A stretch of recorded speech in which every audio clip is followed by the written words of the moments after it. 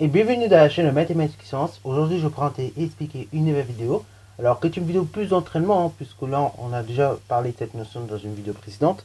Mais donc ici on va s'entraîner à voir si un vecteur est bien un vecteur directeur d'une droite. Ok. Voilà.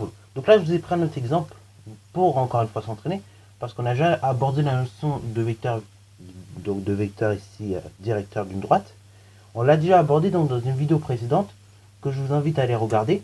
Puisque dans cette vidéo, j'explique dans le détail ce que c'est déjà qu'un vecteur directeur d'une droite. J'explique dans le détail et après, donc, on fait l'exemple tout doucement. Là, on va aller peut-être un tout petit peu plus vite, ne serait-ce que pour s'entraîner. Alors, donc, ici, on vous donne un certain nombre d'informations, peut-être un peu beaucoup d'informations, on va essayer tout simplement de les comprendre ensemble. Donc, ici, on vous dit que vous avez un point A qui appartient à la droite D.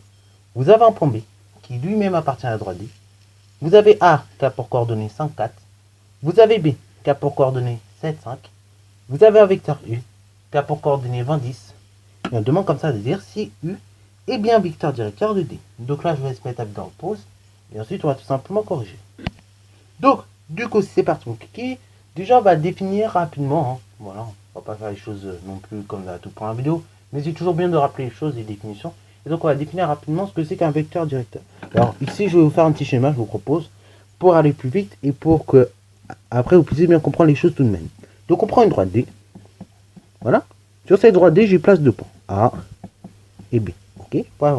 Pour ceux qui ont vu la dernière vidéo, vous reconnaissez peut-être le schéma puisque c'est exactement bien. Donc on prend deux points A et B sur la droite D.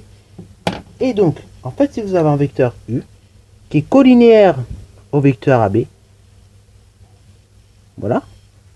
Et bien dans ce cas-là, en fait, on dira tout simplement que le vecteur U, d'accord, est collinéaire au vecteur AB, ok, alors je vais mettre en couleur bleue, ça va être plus visible. Le vecteur U est collinéaire au vecteur AB, ça c'est une chose, mais comme il est collinéaire au vecteur AB, et que A et B sont tout simplement sur la droite D, et bien dans ce cas-là, on dira que le vecteur U est un vecteur directeur de la droite AB ou bien de la droite D, ok, voilà. Donc ça, c'est la définition de la chose. Maintenant donc, là, vous voyez, on a donné exactement les mêmes choses à peu près. Donc, on a A qui appartient à D, B qui appartient à D, et donc on dit que A a pour coordonnées 5, 4,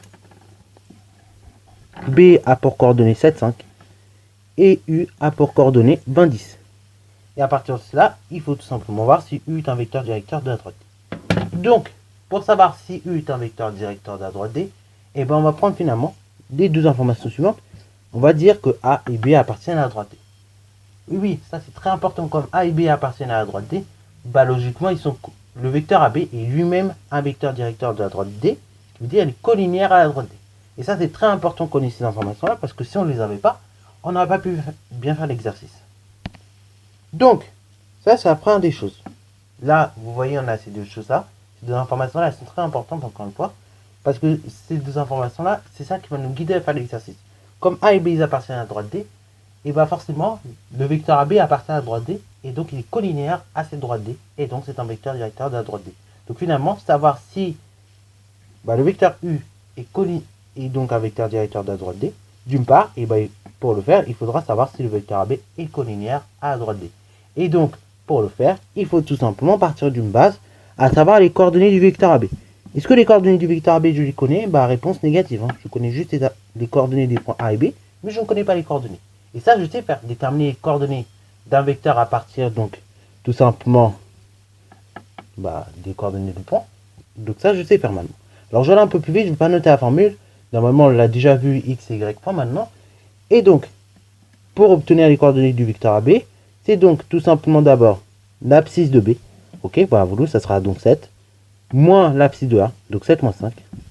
Ok, pour les abscisses. Et pour les ordonnées, ça sera donc l'ordonnée de B, donc ça sera 5, moins l'ordonnée de A, donc ici 4. Ainsi, donc, les coordonnées du vecteur AB, c'est donc, d'une part, pour tout simplement l'axe des abscisses, ça sera donc 7 moins 5, 2, et 5 moins 4, 1. Donc, AB a pour coordonnées 2, 1. Alors, ça, c'est la première des choses.